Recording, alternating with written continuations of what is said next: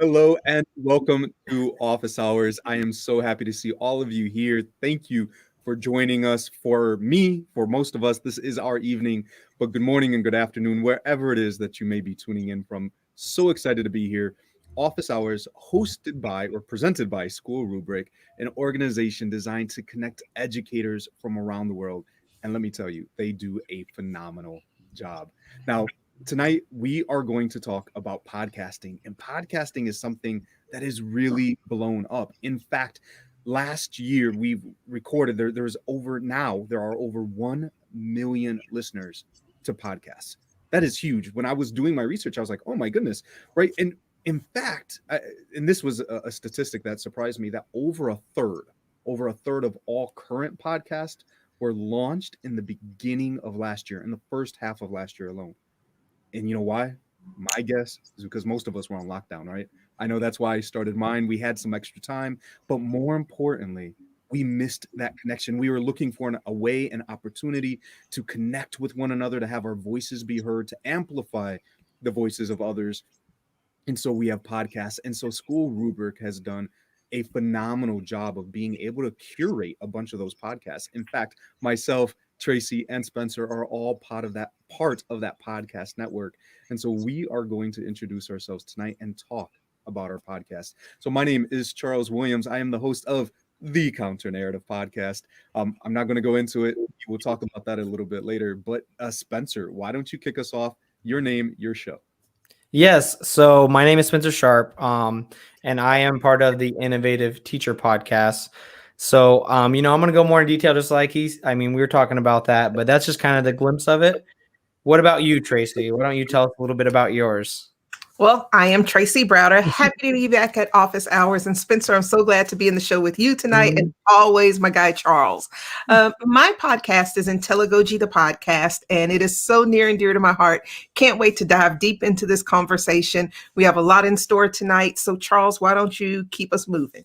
Absolutely. Now, I know some of you may be, wait a second. We've been to Office Hours before. There's a square missing. We saw a face on the promo flyer. And so, yes, Naomi is not with us, unfortunately. But we are wishing her well. And, she couldn't be joining us, but we are still going to have an amazing conversation. And we look forward to her joining us on the next episode. So we are going to really be focusing on our why. As I just mentioned, there were a ton of podcasts, almost 400,000 podcasts launched in the first half of last year alone. And so different people had their different whys, and that is what we are going to be sharing with us tonight, is why we launched ours, what we hope to accomplish through them, and just be able to bounce those ideas off of one another, share those out, and give you an opportunity to get a deeper insight into the whys behind our shows. So I'm going to kick mine off if you guys are okay with that. You good? Yep. Awesome. So why don't we go ahead and begin with my video of my why behind the Counter Narrative Podcast. Nothing changes if nothing changes. Thoughts drive feelings, drive actions. If we change our way of thinking, we can change our course of action.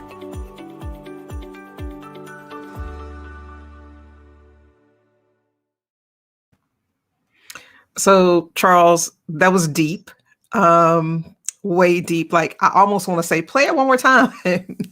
But what inspires that why? I mean, there's so much to unpack in your thought process behind podcasting. Talk to us a little bit about where your heart is in that statement. Absolutely. So, I tell people this is that I'm an educational leader, been in education forever. And I got really tired of sitting in these meetings and hearing about why our marginalized or disenfranchised students are not performing, right? We kept hearing that same narrative, the achievement gap, right? We kept hearing it over and over. And to be honest, I got really sick and tired of hearing the same old story.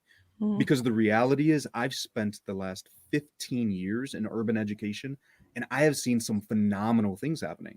And I asked myself, why aren't these stories being told?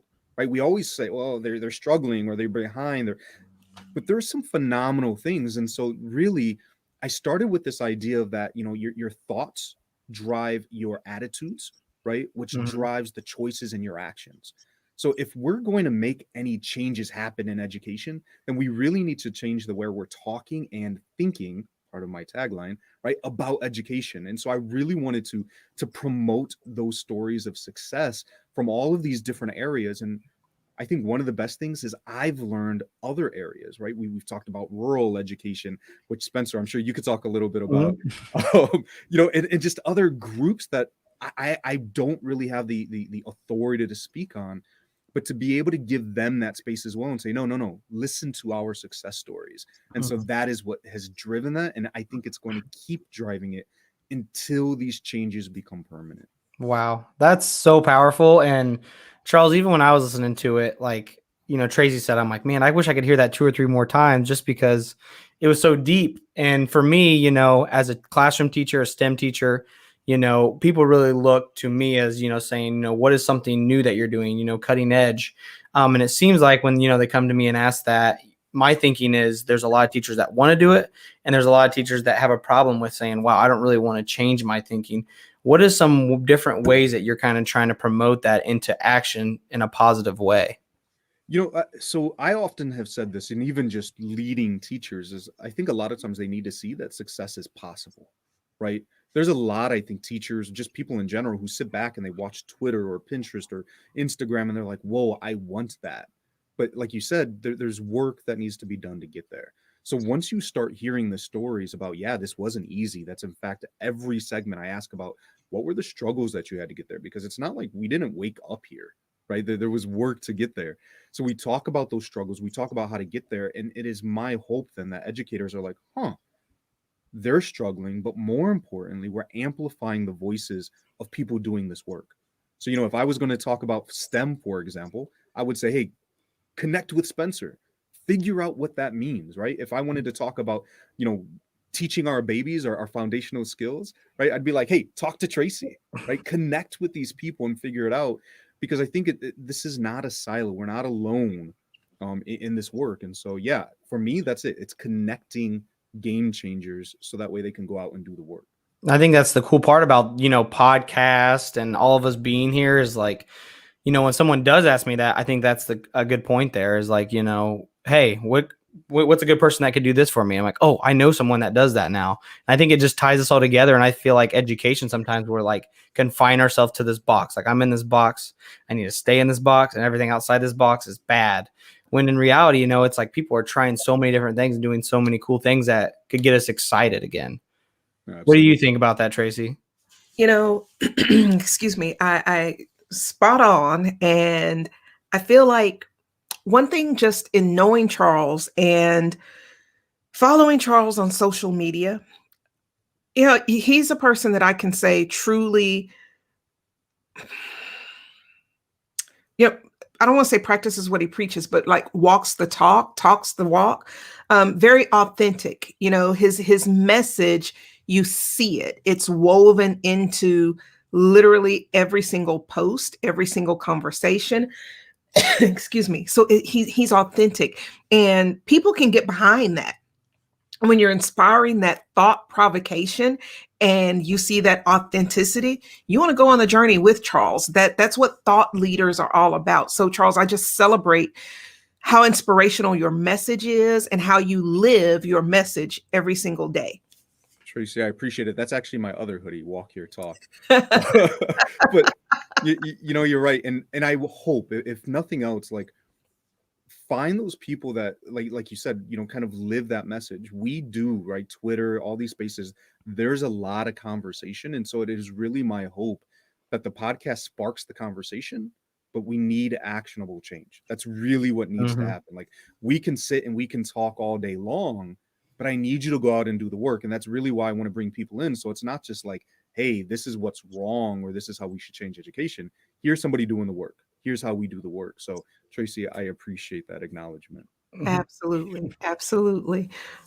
Just being a witness and being a team player in the collaboration has been beautiful. And that's how we grow, right? That's how we grow, willing to take risks, willing to collaborate. And through that, we all learn so much. I always say we're better together. That's right. Absolutely. So, we have talked a lot about the Counter Narrative podcast, and as podcasters, we can talk a long time, right? So we could put a pause on this because there are 2 other amazing shows that I want you to hear about if you're not already listening. And this might be an opportune time. If you haven't listened to the shows, I would encourage you to check us out. Make sure that you subscribe to our shows, not just mine, all of our shows. And most importantly, leave a comment or 2. We love the feedback. We love to know, how are we adding value to your lives? So please make sure that you do that, but not right now, after the show. You got to finish watching. Stay with us. Yes, stay with us. So we are going to move on to Spencer's video. Why don't we check his out? Spencer's Why. Being a student who struggled with sitting still in academics, I wanted to change this notion. Changing education starts with the students we least expect.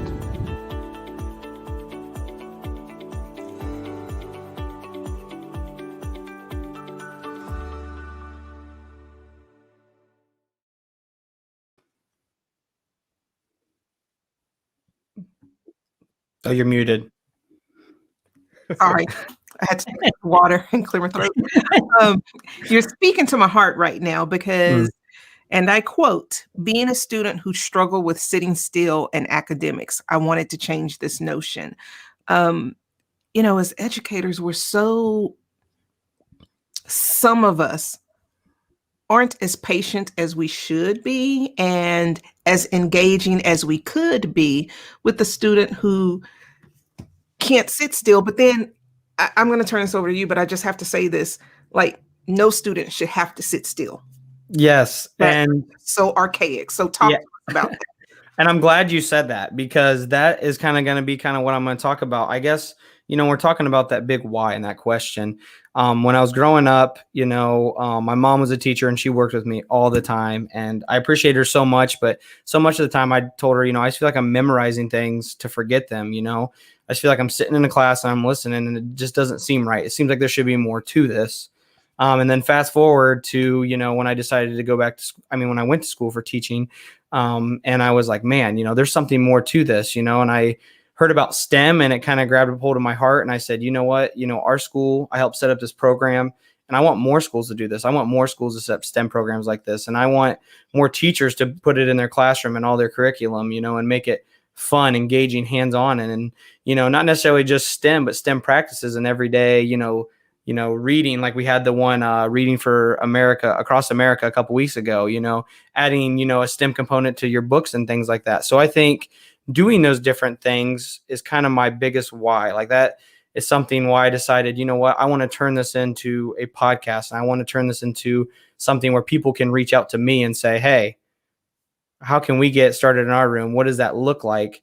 And how can we make this possible? So I think for me, it kind of started a little bit earlier, but I'm always a person too. I'm always moving. I couldn't sit still. So I'm always like, what's the new challenge? What can I do, today to help teachers? What can I do today to help this person implement STEM? And really, it's been an incredible journey. And it's been something that just makes my heart so happy and keeps me smiling all the time. Spencer, I have to say this, my wife tells me all the time, she's like, honey, like you need medication. No. She's like, you're just all over the place. But so I completely Too bad understand. it's illegal to share. I'd give you some of mine. But you're absolutely right. And I think that the part of your phrase that really stood out to me was that we gotta, right, if we're gonna change education, it's with the students that we least expect. Mm-hmm. I think there's so many times we give all this praise to that like ideal student, right? They're the honor student, they're at the top of the game, and we heap praise upon those individuals. And I don't want to say that they don't deserve the praise or that they don't need the praise, but they're succeeding in this world of academics. We really need to focus on those students who are struggling, who are kind of off to the side, and figure out, how do we lift them up, right? How do we change things so that way they, right? Because this literally connects with those marginalized, right, and disenfranchised kids. And I love the fact that you've said STEM, right? Because now it's not just sitting down, reading a book, answering a test. Like, that is why I excelled in school, because that was my area, right? But if you ask me to like build something, like, I no longer am I the honor kid, right? Like, we've evened out that playing field because now you have another set of skills. So I love that. So I was wondering, right, and I don't want to be like, oh, we're starting to interview each other, but can you share like one of those highlights? Like, I'm sure that you have a story of a Yes. student that just was like, this is my world now. Thank you. Yeah. So this is actually like every time I present anywhere, like when I present a STEM conference, this is the number one story I tell every single time. So if you're listening to this, you might be like, I've heard the story, but it's my favorite story. My first year of teaching was my first year teaching STEM. Like I got thrown in, they're like, hey, you're teaching the STEM program.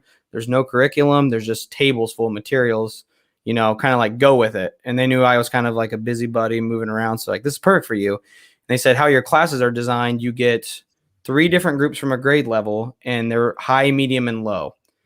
And so I would do different, like fun, like I did a sleigh unit, and my high group really struggled with when they ran into a problem as students. They would say like, well, just tell me how to do it. That was the biggest thing. Just tell me how, because they're used to someone saying, you know, hey, just tell me the answer, tell me how to do it, and I'll remember. And then my low kids, it was complete opposite. It was like, hey, I'm going to try this, and then I'm going to let you know how it, you know, goes. And I just think that relates so much to so many different jobs that are out there.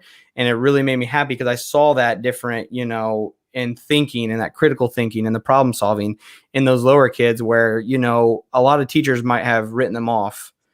And, you know, I always say like, well, I was one of those kids. What happens if all my teachers would have written me off? Would I be sitting where I am today? Probably not. But I mean, that's why we're all sitting here, is because there was a teacher that told us and believed in us. You know, there's a teacher that always told me, hey, you're going to be able to make a difference. Like, you talk way too much, but someday, you know, you might get paid to talk, or you might, you know, do something where you get to talk to thousands of people. So I'm like, you know what? She was kind of right. And she inspired me to do so. And so for me, I'm like, you know, those lower kids, I don't want to write them off. You know, maybe they do an electrical unit in my class. Like I do an electrical unit, and there's kids that are like, I mean, they're not doing well in their classroom at all. And their teachers tell me, I'm like, when they come to my class, they could put electrical units for days. They could probably do a whole house if they really wanted to at the age they are. They might do terrible in their class and they're really good at computer programming. So I think, you know, the stories for me that are inspiring me are those stories where, you know, I mean, like you said, Charles, those high kids, they're kind of used to that praise. Those lower kids, when I'm like, you know, you're really good at this, you can make a career out of this, they look at me like, really? Are you serious? I could do this? And I'm like, yeah, absolutely. And I think inspiring them that way, and starting with those kids saying, you know, holding them up to other teachers, kind of like we talked about with Charles, you know, talking to teachers and thinking about that, holding them up and saying, hey, this works. This works in, you know, your room. This is another tool you could add to your teacher tool belt to say, hey, you know, something to inspire more students in your classroom.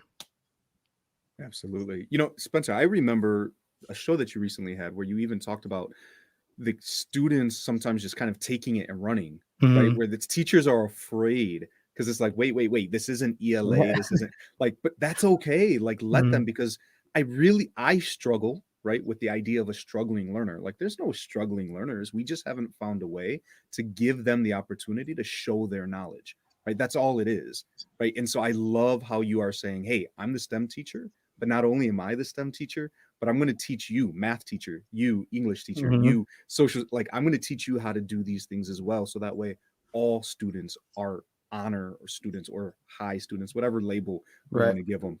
I was just thinking, because Ken is now in our group and he's like, no labels. So Ken, I hear you, buddy. Yeah, I was going to jump in too and say, first of all, shout out to Debbie too. I love what she said. You don't have to have a podcast to get some great tips, and you're absolutely right. And, you know, we talk a lot about our language, the language we use as classroom teachers, administrators, educators, and,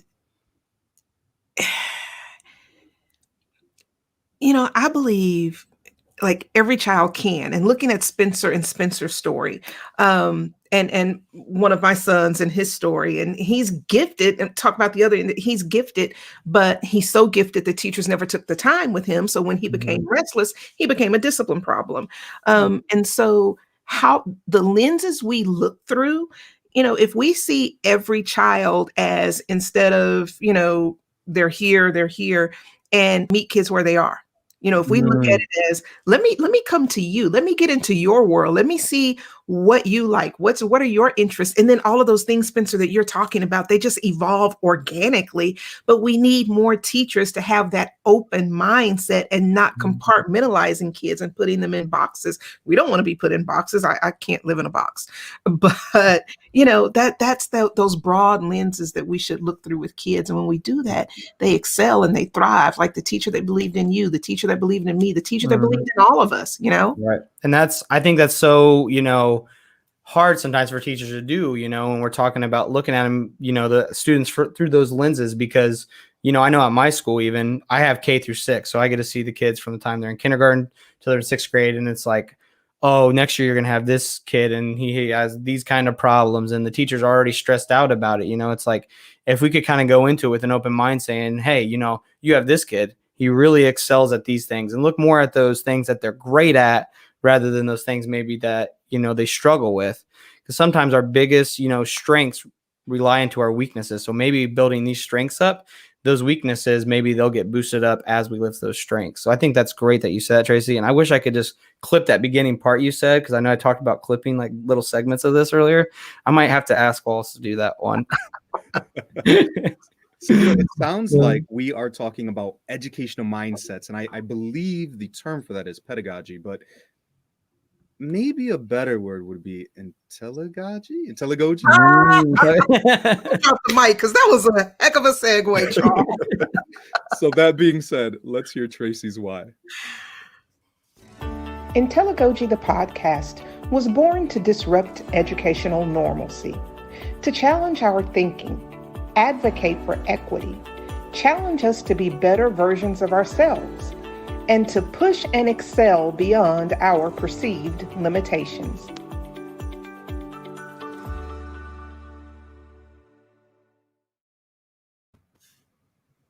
Have you guys noticed a thread between all of our podcasts? There's this idea of saying, hey, you know what? Things need to change. Things need to be better. We are going to push back against the norm. So I'm curious, how did you come about this? Charles, you're right about that common thread. I was sitting here processing, and you just brought what was stirring in my head. You just brought it home. I'm looking at Debbie's comment, Intelligogy. I got to say this like my 15-year-old says it. He always says Intelligogy. But, it comes from my soul. We have to be better. We have to challenge things. We have to be the change, because if we're not going to change things, then how are things going to get better? And the only way we can change things is by disrupting the status quo and taking those risks and being bold yet graceful, leading the way and bringing others along with you. So I just kind of go there in the podcast, and really, really deep conversations about equity. There's a whole series about rethinking social emotional learning, rocking remote learning. Like there's no reason that kids who are learning virtually, they should be thriving. Their first choice, if we are truly rocking remote learning, they should not even want to go to school. And I know I'm not saying no, but I'm just saying what we bring as educators to the experience virtually ought to make kids feel like they are not missing one single thing. Traci, I absolutely loved what you had to say, but I have to say this because I always say this anytime I interview anyone that's a kindergarten teacher. You are a gift from God, because kindergarten teachers, I always say that. It's like going for like 40 minutes a day, and I'm like, that was exhausting. So that was the first thing I wanted to say, but I loved, everything you said there, kind of about disrupting, education. And, I always love concrete examples. What was like a concrete example maybe of how you've kind of tried to disrupt, education in your room and saw something that was just really impactful for you?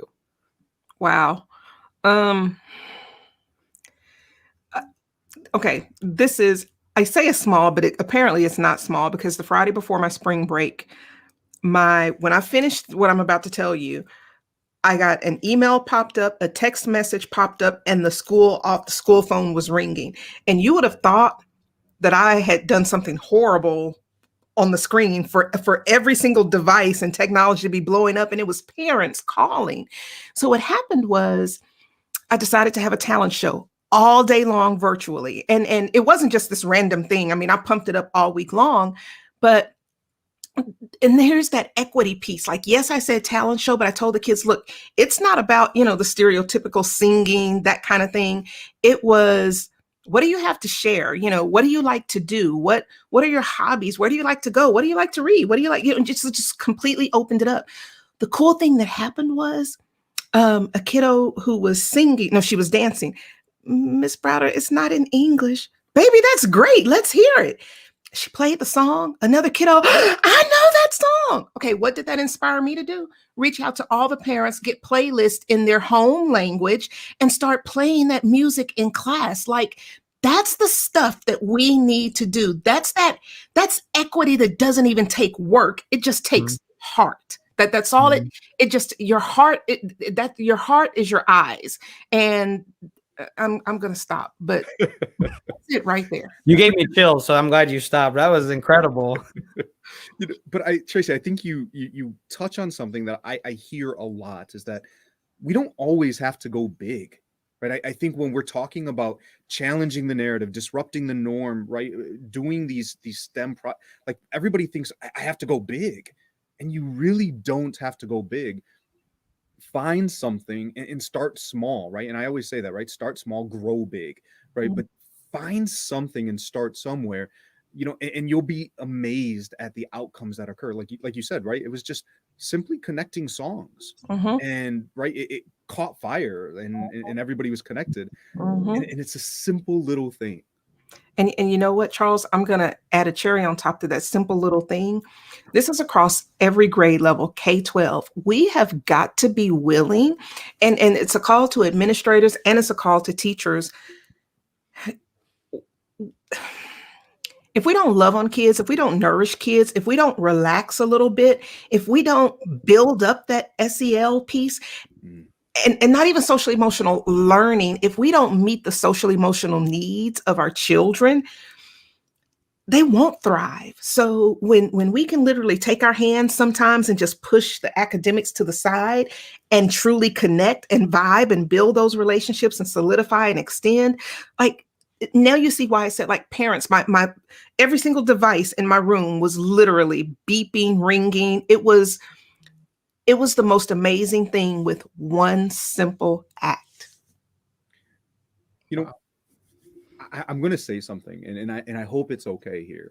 But you mentioned the need for SEL, and what I've seen a lot lately is this attack on SEL, that we're getting away from academics, that we need to teach, and that's true, right? Like, that is important, and not true that we're getting away. It's true that those things are needed, but we as educators have long known that you can't really get there without the SEL component. And I want to take it a step further and say that when we're doing SEL, we're teaching community. We're teaching students how to love on one another. We're teaching students how to engage and interact, to respect one another. And if anything in this world today that we are seeing, the chaos that's happening, SEL is needed. And so I cannot say thank you enough to you to say, hey, we need this, because I just could only imagine, and this was going to be my parking lot thought today, and I played around with it, so I'm glad, right? There's a reason why I couldn't get it out this morning, because I can only imagine a world in which we were allowed to do these things along with academics freely, without it having to be a program, without it having to be attacked because we're not doing this and that. So I just wanted to say thank you for bringing it up. Absolutely, Charles. And I'll add this in the series on the podcast. I call it Rethinking SEL, but if you actually listen to the episode, I'm going to tell you now, this is my new terminology for social emotional learning, because when I feel like on social media, when I read questions, threads, conversations about social emotional learning, it's social emotional activity. And it's like a box checker. It's like this morning thing. And it's not that. So I look at it as meeting and exceeding the social emotional needs of all students, teachers, parents, administrators, and the community, because this is mental health. It's not just learning. So we need to meet those needs, and we need to exceed meeting those needs, because if we're doing that, we're talking to parents. If we're doing that, we're seeing when a kiddo is depressed. If we're doing that, we know how to make a kid smile. We know how to pull a kid to the side and nurture and see what's going on and bring that joy and teach them how to cope and manage and rise above and walk through their challenges. So I know we are close to being out of time. And so I was wondering if you guys wouldn't mind, because we talked a little bit about this as we were chatting about this episode. Before we close out, if we were going to point guests or listeners to one episode, what would be that one kind of go-to episode, if there is one, that captures the heart of your show? And to provide you a moment of think time, because I know I sprung that on you, I apologize. I am going to say the one is Nothing Changes If Nothing Changes. Literally ties into my why, but that is one of my episodes. And I just go into the history behind so-called school reform, but the idea that nothing is really changes if nothing changes, and about our attitudes and mindsets. So if you want to get a feel for what the rest of the show is like and you only want to listen to one, I really hope you listen to more than one. But I would say go ahead and check out that episode, Nothing Changes If Nothing Changes. It's powerful. It is. I think mine, I had to think about this for a minute. And the one that always sticks out to me is, what is STEM? You know, what is STEM education? It's episode 3. It's honestly really on, and I really like it too, because when you make a podcast, you grow so much too. I think that's cool to listen to, because it's like, man, I feel like we've really grown since then. But, you know, it just kind of goes over simply, what is STEM education? And that's a question I get far too often. I feel like, you know, when people want to dive in, they're like, well, what does that entitle? What does that look like? You know, how could that look in my classroom? Does it have to look one certain way? And all those awesome details would kind of be in that episode. And I feel like that's what kind of makes that episode fun and unique. But that was a really hard question. But I like that you asked it, because that made me kind of think about it for a second. What about you, Traci? 2.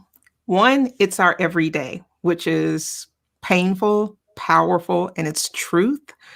And it was my major call to action, this pressure on my heart in response to George Floyd's death. The second is a series called Equity Talk Tuesday. And it gives us all some things to think about to make us want to be better human beings. And it's also turned into the work for my book that's going to be published with DBC. So, yeah, those 2 ring really deep in my heart and my soul. Well, I want to say thank you for sharing those, and sorry for springing that on you. But to all of our viewers tonight, you know, I want to say, reach out, connect with us, whether if you want to be a guest on the show, whether you want to collaborate, or even just join us here in office hours. Just please make sure that you are reaching out. Follow us, our podcast. They are found all over: Spotify, Apple, Google. I mean, literally any platform that you're listening to. And if you are listening to a platform and you don't see us, let us know so we could get our show over there as well. Make sure that you like, subscribe, and follow. Leave a comment for us. All of that great podcast stuff. But most important, I can't even speak, right? Most importantly, please make sure that you check out some amazing upcoming events through School Rubric. Mm-hmm. So on March 25th at 7 a.m. Eastern Time, there's Global Take, talking about why every teacher should go international. And this is something that I'm super excited to listen to, something I have thought about for a long time. On March 27th at 11 a.m., there is Educators Without Borders, Breaking Barriers, Equity in School Leadership, a powerful topic, something that is so pertinent to our events today. And then, of course, we have next week office hours on March 30th at 8 a.m. One word, 2021. And no, this is not a repeat of what happened in January. I know you're like, hey, wait a second, you guys did this already. If you thought that one was awesome, you need to check this one out. There's a special twist, but I am not going to tell you what it is. You have to come watch it. Trust me, you will not be disappointed. Traci, Spencer, I want to say thank you for joining me today. I enjoyed learning a little more about your show. I've listened, we've connected, but I think that I understand both of you so much better. Just a little. Likewise. Yeah, it was so much fun. Mm-hmm. And to our viewers, thank you for joining us. We hope that you have a wonderful evening. We will see you next week. Good night. Thank you for watching Office Hours presented by School Rubric. Be sure to subscribe to our YouTube channel where we highlight voices and perspectives of educational leaders across the globe. To stay in the know with our latest upcoming panels, interviews, tutorials, and more, make sure that you follow us on social media or visit us at schoolrubric.com. Thank you.